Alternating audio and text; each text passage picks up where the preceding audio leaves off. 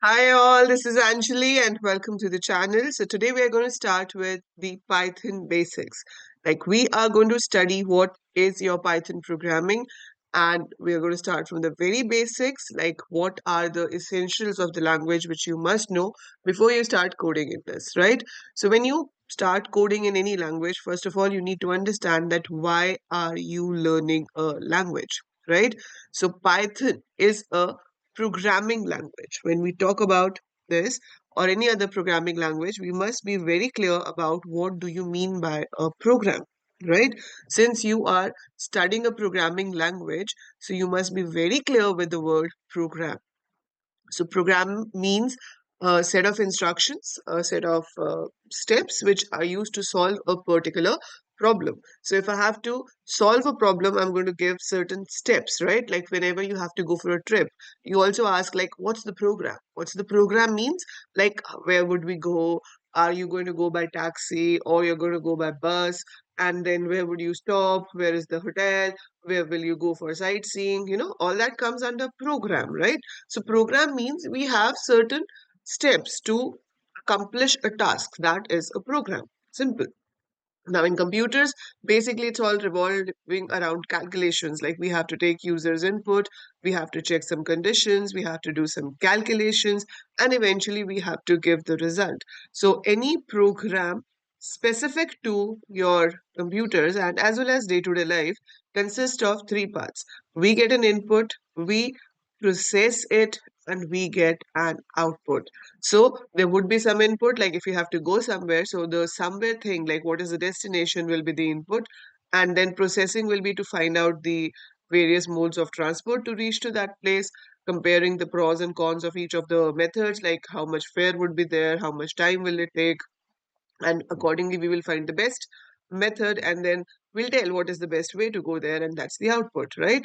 Similar way, if I'm working on a rectangle in calculations, so length and breadth can be the input, and processing could get you the area and perimeter of the rectangle, right?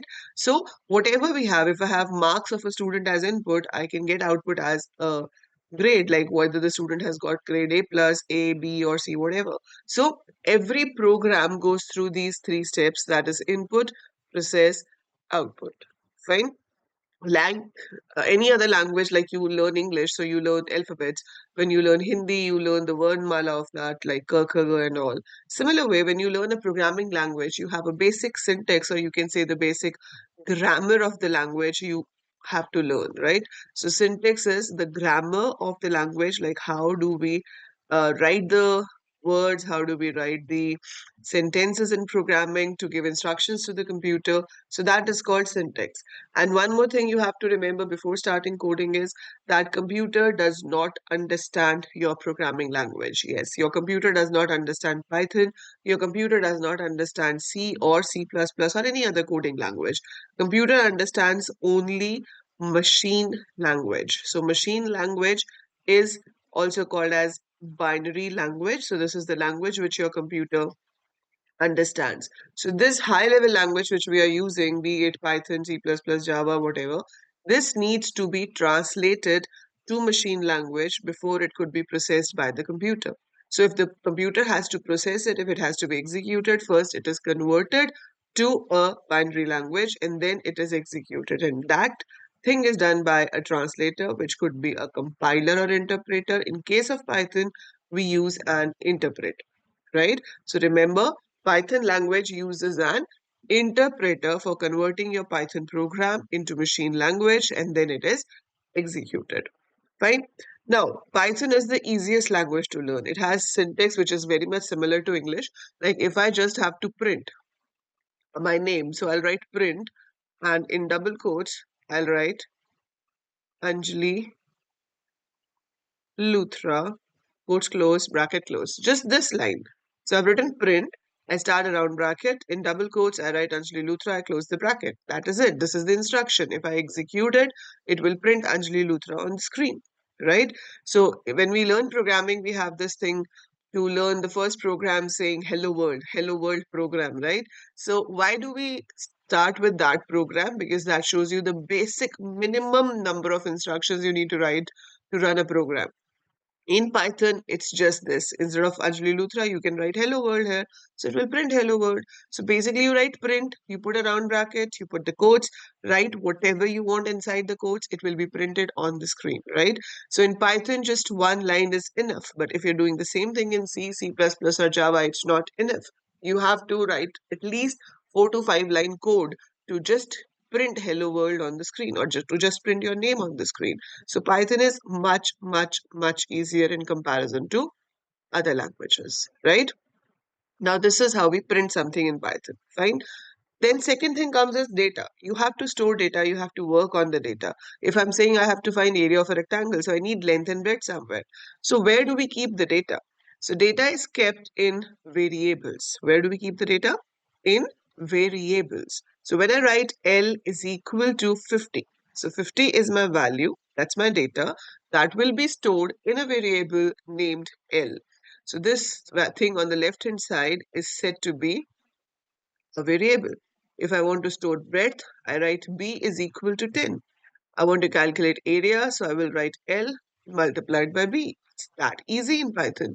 You want to print the area, you write print A. The value of A, that is 500, will be printed on the screen. As simple, right? This is not the same in case of other languages, but you don't have to bother about other languages. In Python, variables are declared implicitly, or you can say automatically. I don't have to write any separate line to tell Python that L is going to be a variable. I can directly put a value and the variable is created. So the variable is created right at the moment you put a value in it. You don't need any extra statement to tell the interpreter that this is a variable, right? So what is the proper definition of variable?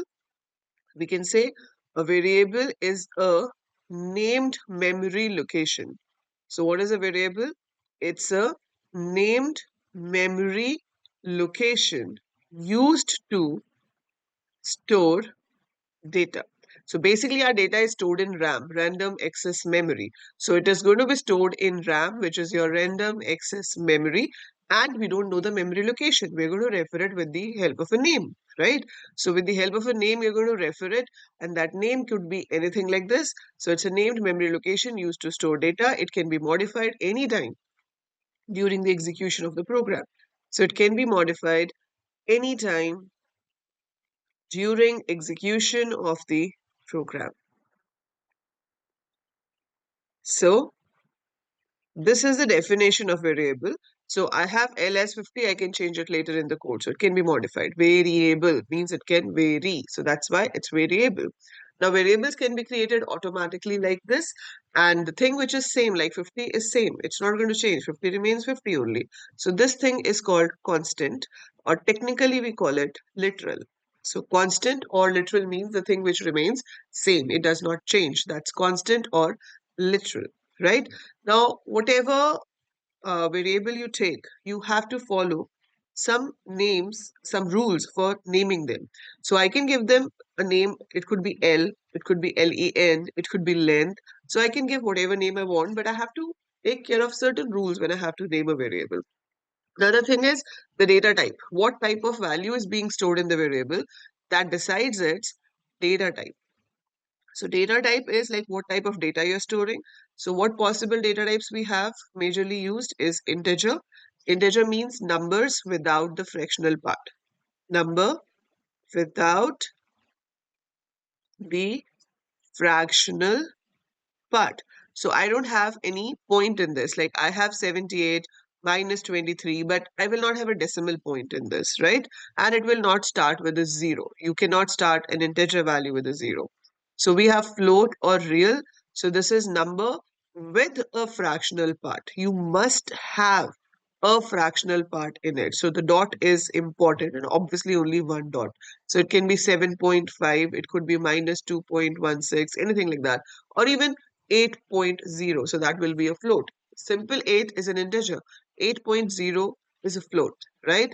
Then we have string. String is a collection of characters. When I say collection of characters, it does not mean collection of alphabets only. It means collection of characters. That means it could be single quotes, it could be double quotes, anything. And it could be a collection of ABC, 1, 2, 3, special symbols, like I wrote my name in double quotes. Okay, that is a string. So if I write ABC in single quotes, it's a string. I can also write my address, email address, let's say Anjali at the rate alcoders.co.in. So I'm having at the rate sign, I'm having dot, and if I have, let's say, Anjali123 at the rate alcoders.co.in, so I have a number also, right? So it could be a combination of alphabets, digits, special symbols, and it could be given in single quotes, double quotes. We also use triple quotes with strings that you'll get to know later.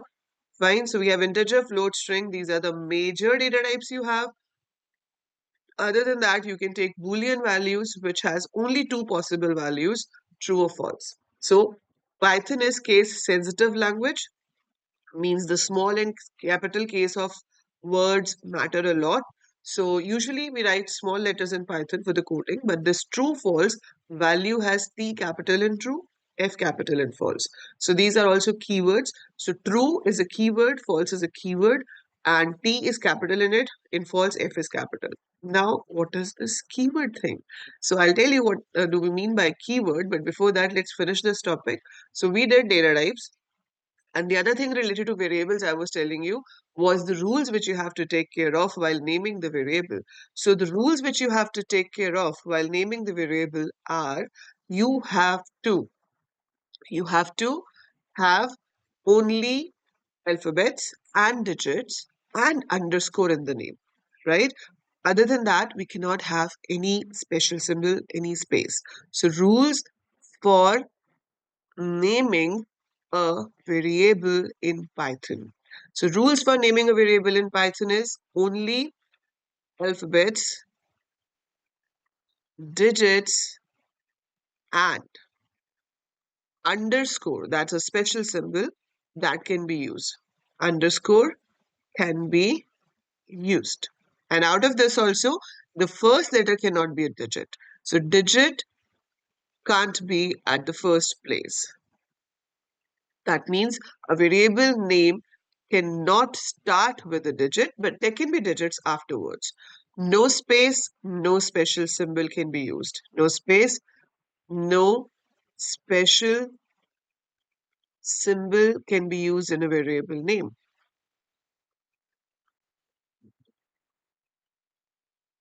So we cannot do that, right? So no space, no special symbol can be used in a variable name. Then keywords cannot be used as variable names. So keywords are the reserved words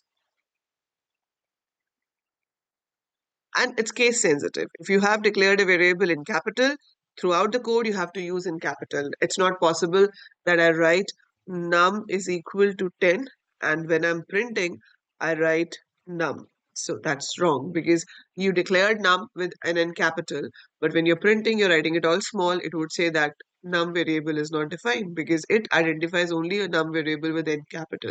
So it's case sensitive. You have to take care of this thing that if you have used capital letters, you use that only throughout the code. If you have used a variable name in small letters, you have to use accordingly, right? So these rules we have to take care of. And sometimes you can be asked only this thing that tell which of the variable names are valid and which variable names are not valid. For example, if I write total space salary, if I write admission number, cost per unit, my score, then first position, rank 1, right? So out of this total salary is wrong. It is not a valid variable name because it has a space. Admission number, correct. Cost at the rate unit, wrong. At the rate sign is not allowed. My underscore score, correct. First position, wrong because it cannot start with a digit. Rank 1 is correct, right? So these are the valid names or invalid names. Now, if I say that I have to store selling price of a product and I declare a variable or I take a variable like this, now you have to write in comments and tell me whether it's a valid variable name or not. So write down in the comments if it is a valid variable name or not, right? So this was about the rules for naming a variable. And now comes the word keyword. Now keywords are the reserved words. As I told you that Python is not understood by the computer, right? Python has to be converted, it has to be translated to machine language by the interpreter, and then the code is executed. So this translator has a list of words for which it has a predefined set of meaning. Like if this word is written, it means this. If this word is given, it means this. So that list of words which are already defined to the translator are called keywords. Fine. So it is the list of words already defined to the Python interpreter, right? That's said to be keywords. These are also called as reserved words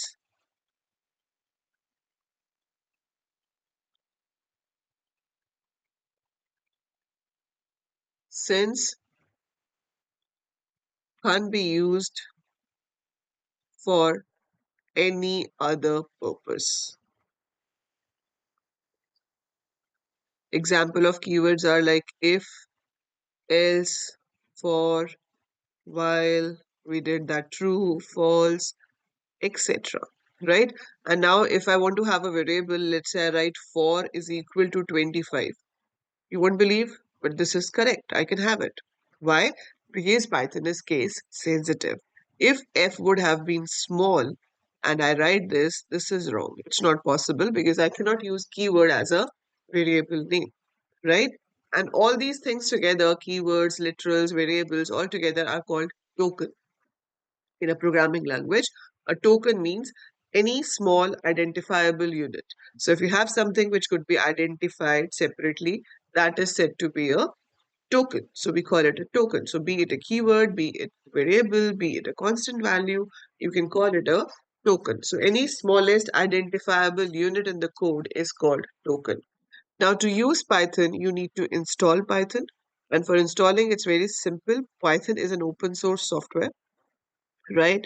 So, and it's free of cost. You can just go to python.org and download your Python from there, right? As per your operating system, just download the Python thing.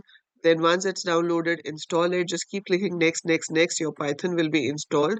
And then when it is installed, you will open this IDLE, Python IDLE. IDLE stands for Integrated Development and Learning Environment, right? Integrated development and learning environment. Many people use other tools for working in Python, like you use PyCharm, you use Spider, we have Anaconda, we have Jupyter, right? So these are the various tools which are used to work in Python, but this is the very basic thing. So first you need to install Python. You can work in IDLE itself, but if you need any extra supporting software, so you can use that as well, right? I'm going to show you on IDLE. So I just open IDLE. So ideally, comes in interactive mode. When we write code in Python, we can write it in two ways. One is interactive mode, other is script mode. Today, I'm just going to show you the interactive mode and the variable creation. How do we do that? For example, before variable creation, I can just write a print the so-called hello world program, right? We're getting hello world here. Then if you want to take a variable, you write A is equal to 90, B is equal to 45, C is equal to A plus B, and then I want to print C, so I'm getting 135. Even I can just write anything like this, 90 into 10 plus 50, anything like this, and it will calculate that. So it's the interpreter. The moment I write a line, it's executed. I write another line, it's executed. This is also called as interactive mode. Why do we call it interactive mode? Because it is giving me response right at the time I press enter. So the moment I press enter, I get the result. So this is called interactive mode. The other one is script mode, which we will be discussing in the next class, where we write a set of statements together, we save it as a script, and then we execute it, and then all instructions are executed one after the another. Also, we will do in that, like right now your values are fixed. I'm taking just 90 and 45. I want to take input from the user. I want that my program, because we are the programmers. I'm creating program for someone else. I'm going to sell my software, right? I'm not making it for myself. So I'm going to make a software, I'm going to sell it to someone. So when the other person is going to use the software, my software should ask for some input. So how to take that input, that again we'll be doing in the next class, right? But right now you just have to see like how the ideally looks like, how can you run the commands in interactive mode, fine? So just do this much for today. Download Python, make sure your Python is working properly. In case you find any difficulty, write down in the comments below, and I'll try to solve that issue in the next video so that you can correct it on your side, right? And once it is installed, you can start practicing. So by the next session, make sure that your this much thing is working properly, you're able to open ideally, you're able to write the statements, and they are executing. And then we will be doing how to write basic codes in script mode, right? So that's it for today. There is more behind this variable creation. It's not that simple. There is some technical aspect behind this called identity and all that we will be discussing at a later stage when you have got a good knowledge of basics of Python, right? So right now, just be familiar with the language, make some good repo, just be friends with Python. So just try to be friends with Python so that you can attend the next session and do wonders in it, right? So that's it for this video. I'll see you in the next one. Till then, take very good care of yourself and take good care of my channel also. So please subscribe, share it with your friends, and like the video if you found it useful. Bye for now. Take care.